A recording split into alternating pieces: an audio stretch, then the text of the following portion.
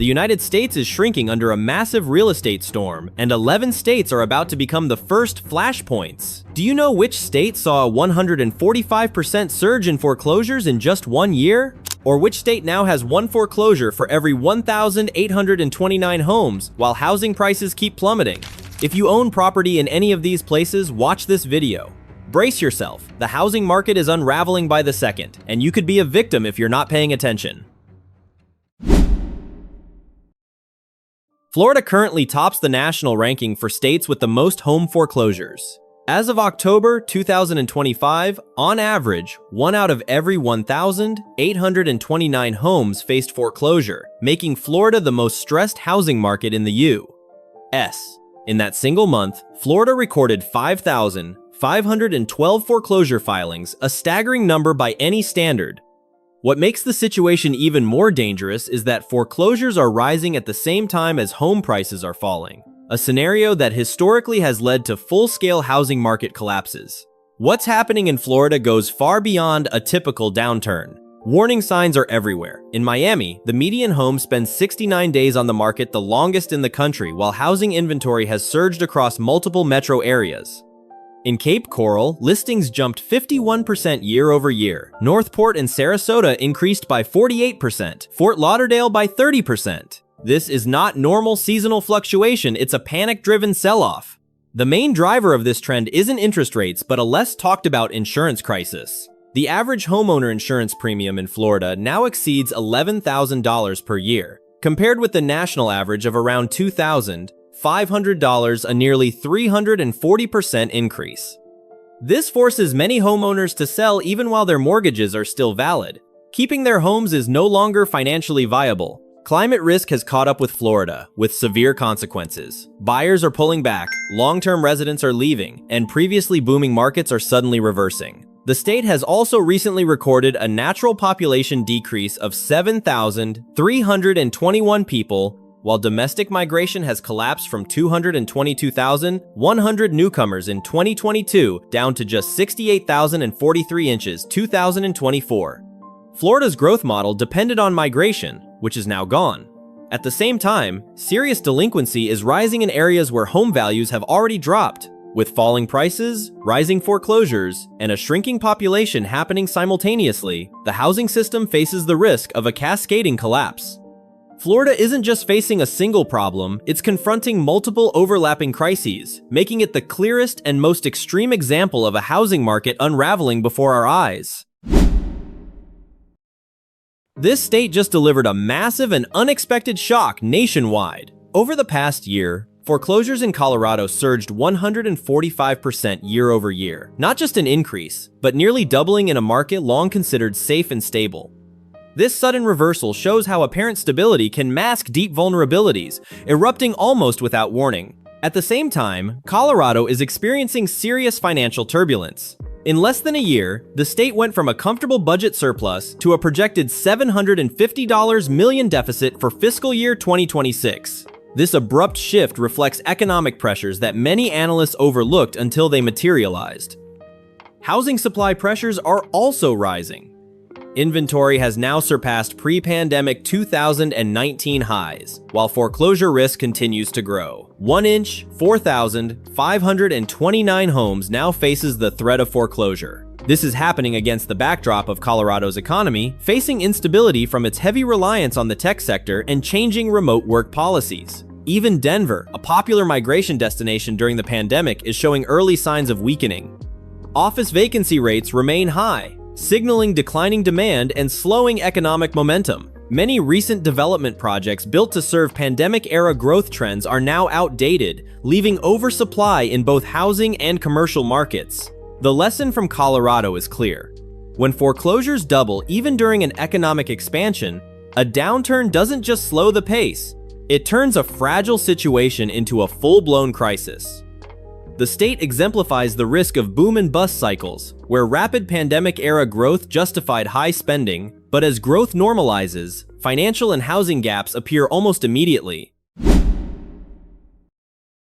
Illinois is trapped in one of the most dangerous financial situations in the nation. The state is facing continuously high home foreclosures while carrying $144 billion in unfunded pension liabilities, a problem not just severe, but mathematically nearly impossible to solve under current conditions. The pension fund is only 46% funded, placing Illinois in extreme financial stress, while total pension debt has swelled to approximately $248.7 billion. The state debt ratio reaches **468.7%, the highest in the U.S. Highlighting the crisis's extreme nature. Financial pressure is pushing residents away. In 2024 alone, Illinois lost 56,235 people to domestic outmigration, ranking third nationwide for population decline. This exodus creates a vicious cycle. Financial stress drives people out, tax revenue falls. To compensate, the state must raise taxes, pushing even more residents away or cut services, making Illinois less attractive to live and work in. There's no easy way out of this loop. Illinois isn't facing a sudden collapse but a slow unraveling. Rising pension costs take up an ever larger share of the budget, squeezing other areas while the taxpayer base shrinks. When the housing market begins to weaken, Illinois has almost no financial capacity to intervene. No homeowner assistance funds, no infrastructure upgrade capital, and no buffer to absorb economic downturns. Even though Chicago home prices recently rose 6.4%, that number masks deeper risks. These gains occur on top of already high foreclosure levels. When a recession hits, Illinois will face a severe adjustment: soaring foreclosures, flooded listings, sharp price declines, and a shrinking tax base, all while the state lacks the financial means to stabilize the market. South Carolina is quietly falling into one of the most severe housing situations in the country, yet it gets little attention in the national media. The state now has the second highest foreclosure rate nationwide, with one foreclosure for every 1,982 homes. Although rarely covered in the press, the housing pressure here is anything but small. Recently, South Carolina recorded over 1,000 foreclosure filings, and this is not isolated to a single city or neighborhood. Counties like Dorchester, Kershaw, Berkeley, and Oconee are all experiencing significant stress simultaneously. These aren't isolated hotspots. They signal a broad regional failure spreading across much of the state. The geographic concentration matters. When foreclosures rise across multiple counties at once, it reflects economic pressure throughout the state, not just a local housing market hiccup. South Carolina's economic structure makes the risk worse. The state depends heavily on manufacturing and tourism, two industries hit hardest during recessions. With limited economic diversity, South Carolina has almost no buffer to absorb a declining housing market combined with rising unemployment. The current foreclosure pattern shows one thing clearly: this isn't just a housing problem, it's the early stage of a broader economic decline, likely to accelerate quickly when a recession hits. Small and mid-sized economies like South Carolina cannot absorb large regional shocks as well as bigger, more diversified states. When the next downturn arrives, existing foreclosure issues could skyrocket, manufacturing slows, tourism revenue drops sharply, and the housing market is hit from both sides. With weak budget reserves and a narrow economic base, the state lacks the tools to provide meaningful support, leaving homeowners to face the crisis directly as conditions worsen. Next up is California. The state carries a $58 billion budget deficit along with nearly $498 billion in total liabilities, while seeing the largest population decline in the U.S. With 239,575 residents leaving, the shrinking tax base hits at the very moment public spending pressures are at their peak, creating a completely unbalanced financial equation. Housing supply is exploding statewide. Listings are surging, with many counties seeing inventory increase over 100%, San Bernardino plus 120%, Kings plus 130%, Ventura plus 50%. At the same time, the average time to sell a home has risen 41%, from 22 days to 31 days. In a state known for fast-moving, highly competitive markets, these changes signal backed-up demand, not a normal cooling period. Labor market pressures add further tension. California's unemployment rate has climbed to 5%, the second highest in the nation, while many major urban areas are already seeing home price declines. San Luis Obispo, negative 1.9%, Sacramento, negative 1.8%, showing that weakness is spreading, not confined to a few isolated spots. Corporate migration compounds the problem. From 2011-2021, 789 companies left California, and from 2018-2023, 8 Fortune 500 headquarters moved out, a trend that has accelerated recently. On top of that, $265 billion in unfunded pension liabilities adds further financial strain. As residents and businesses continue to leave, the shrinking tax base forces the state to choose between deep service cuts or tax increases. Both choices drive more departures, creating a death spiral where financial pressure and housing instability reinforce each other, intensifying both crises simultaneously. Delaware may be small, but that very size makes the current situation dangerous. In 2024, the state recorded the highest business bankruptcy rate in the nation, with over 1,200 filings, up sharply from 897 filings the year before. That means more than 1% of all businesses in Delaware went bankrupt in a single year, a clear signal of widespread financial pressure lurking beneath the surface. Housing conditions are deteriorating alongside business stress. Delaware now ranks among the states with a high foreclosure rate, averaging one home foreclosed for every 2,617 properties. At the same time, unemployment rose from 3.7% to 4.3%, adding pressure to already strained households. In a small state like Delaware, problems cannot exist in isolation. The state lacks the scale and economic diversity to absorb large regional shocks. Any disruption hits hard and spreads quickly. This risk is magnified by neighboring struggling economies like Pennsylvania, Maryland, and New Jersey, where housing and financial pressures can easily spill over. All of these factors make Delaware extremely vulnerable to cascading failure. When surrounding regions weaken, Delaware has almost no buffer to mitigate the impact, making even a mild downturn potentially severe once a broader recession hits.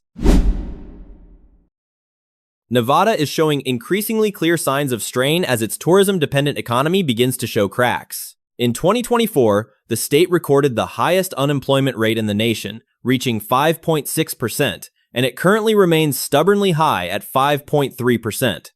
While these numbers may not seem catastrophic at first glance, they hint at underlying pressures that are starting to ripple outward, especially into the housing market. Home prices in key areas are beginning to soften, suggesting that what was once a robust market may be losing momentum. In Reno, home prices have declined roughly 3.66%, bringing the average down to about $612,200.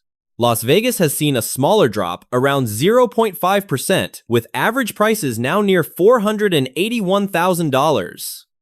On the surface, these decreases might look modest, but in a state built on constant demand, rapid turnover, and high expectations for growth, even minor price drops can signal much larger vulnerabilities lurking beneath the surface. For those who have lived through previous market cycles, it may feel like a subtle but unmistakable tremor before a larger shakeup.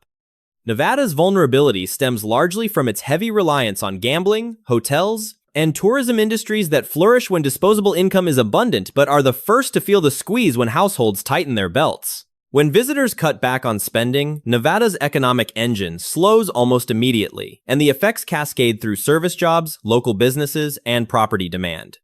The risk is further amplified by the state's dependence on tourists from other states, many of which are themselves facing economic or housing pressures. As those source states experience their own slowdowns, Nevada sees fewer visitors, reduced cash flow, and a compounding effect that hits both the labor market and real estate simultaneously. This interconnectedness creates a scenario where economic shocks can travel quickly, leaving little room for adjustment.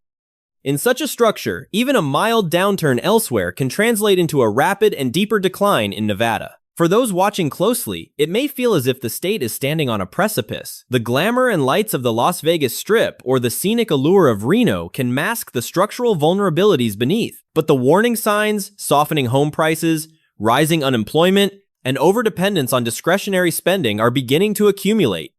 It's a reminder that when an economy is heavily reliant on tourism and external demand, stability can be more fragile than it appears. Did you know that Texas is currently one of the 4 most overbuilt housing markets in the country? With inventory sitting a staggering 53% above what would be considered normal? Shocking, isn't it? By April 2025, the number of homes listed for sale had reached roughly 123,000, creating a surplus just as demand seemed to be slowing. For a state long celebrated for its growth and prosperity, this mismatch between supply and demand appears increasingly difficult to ignore. The root cause seems to lie in a sudden drop in domestic migration. The number of new arrivals to Texas fell 62%, plummeting from a pandemic-era peak of 222,100 people to just 85,200 in 2024. Builders, developers, and policymakers had based their plans on growth rates that now seem almost mythical in hindsight. Entire neighborhoods and subdivisions were designed with expansion in mind, yet the people to fill them simply aren't arriving at the pace once expected. Despite this shift, Texas continues to build aggressively. The state accounts for approximately 15% of all new building permits issued nationwide, adding fresh supply into a market that was already saturated. Austin provides the clearest example. Home prices there are projected to fall by 12.2%, a sign that the classic overbuild cycle is finally asserting itself. Even in cities where prices haven't yet dropped dramatically, the weight of excess inventory is likely dampening demand and putting pressure on sellers to adjust. The problem is not just the sheer number of homes, but timing. Texas expanded as if the migration boom would continue indefinitely. But as population growth normalizes and broader economic factors weaken, the oversupply has begun to collide with reality. What was once seen as robust growth, endless construction, surging demand, rising property values is now morphing into what might be considered a painful market correction. It's the kind of situation that tends to test the patience of homeowners, the resilience of lenders, and the foresight of policymakers. For those who remember previous housing cycles, the signs may feel familiar, though the scale here makes the potential impacts even harder to dismiss. New York is experiencing what seems like a slow-motion chain reaction, one that starts in commercial real estate and appears to be spreading across much of the state's economy. In Manhattan, office vacancy rates now hover between 17% and nearly 19.6%, while Class A office rents have dropped 6.88% year over year. These numbers alone would be concerning, but they take on a deeper meaning when set against the state's broader financial landscape. New York carries roughly $368 billion in total debt, coupled with $34.3 billion in accumulated structural deficits. With this kind of burden, there seems to be very little wiggle room for policymakers or city leaders to respond effectively to any additional economic shocks. Population decline adds another layer of complexity. In just 1 year, the state lost 120,917 residents, the second largest domestic outflow in the country. Many of these residents were not just leaving homes, but taking with them significant wealth and personal income. Florida alone reportedly absorbed $13.7 billion in income, a shift that simultaneously weakens both consumer spending and the tax base within New York. This combination, shrinking population, diminishing tax revenue, and high debt, creates what feels like an increasingly fragile economic ecosystem, one where even small disruptions can ripple outward with surprising speed. The effects of the commercial real estate downturn extend far beyond landlords. Falling office values have direct consequences for banks, lending institutions, and investors tied to the market. As the business core of Manhattan weakens, the impacts begin to spill over into the housing market, local employment, and municipal revenues. Neighborhoods that were once buoyed by strong office demand now face softening housing prices and slower turnover, creating a feedback loop where economic strain compounds itself. What seems to be unfolding is a domino-style collapse. A weakening commercial core housing loses support, financial institutions take losses, the urban economy begins to hollow out. The process appears gradual, but its momentum may be deceptive. As these factors interact, intervention seems increasingly difficult, especially in a state already weighed down by debt, structural deficits, and accelerating outmigration. For anyone who has lived through prior economic shocks in the city or state, the unease may not feel like speculation. It seems real, creeping into neighborhoods, affecting local businesses, and shaping the daily lives of residents who once believed New York's economic engine was unstoppable.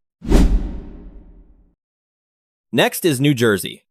The state seems caught in a precarious position, wedged between massive pension debt and a rising number of home foreclosures, a combination that could make even small economic shocks feel much larger. Currently, New Jersey carries roughly $92 billion in unfunded pension obligations, which works out to about $9,688 per resident. On its own, that's a heavy burden, but when paired with other pressures, it begins to look like a structural strain that is hard to ignore. Recent data shows that New Jersey is among the states with the highest foreclosure rates in the country, even as median home prices continue to rise by 8.1%. That apparent contradiction is telling. On one hand, property values are climbing, which might give the illusion of a healthy market. On the other, the spike in foreclosures suggests that many households are quietly struggling under the weight of taxes, debt, and everyday expenses.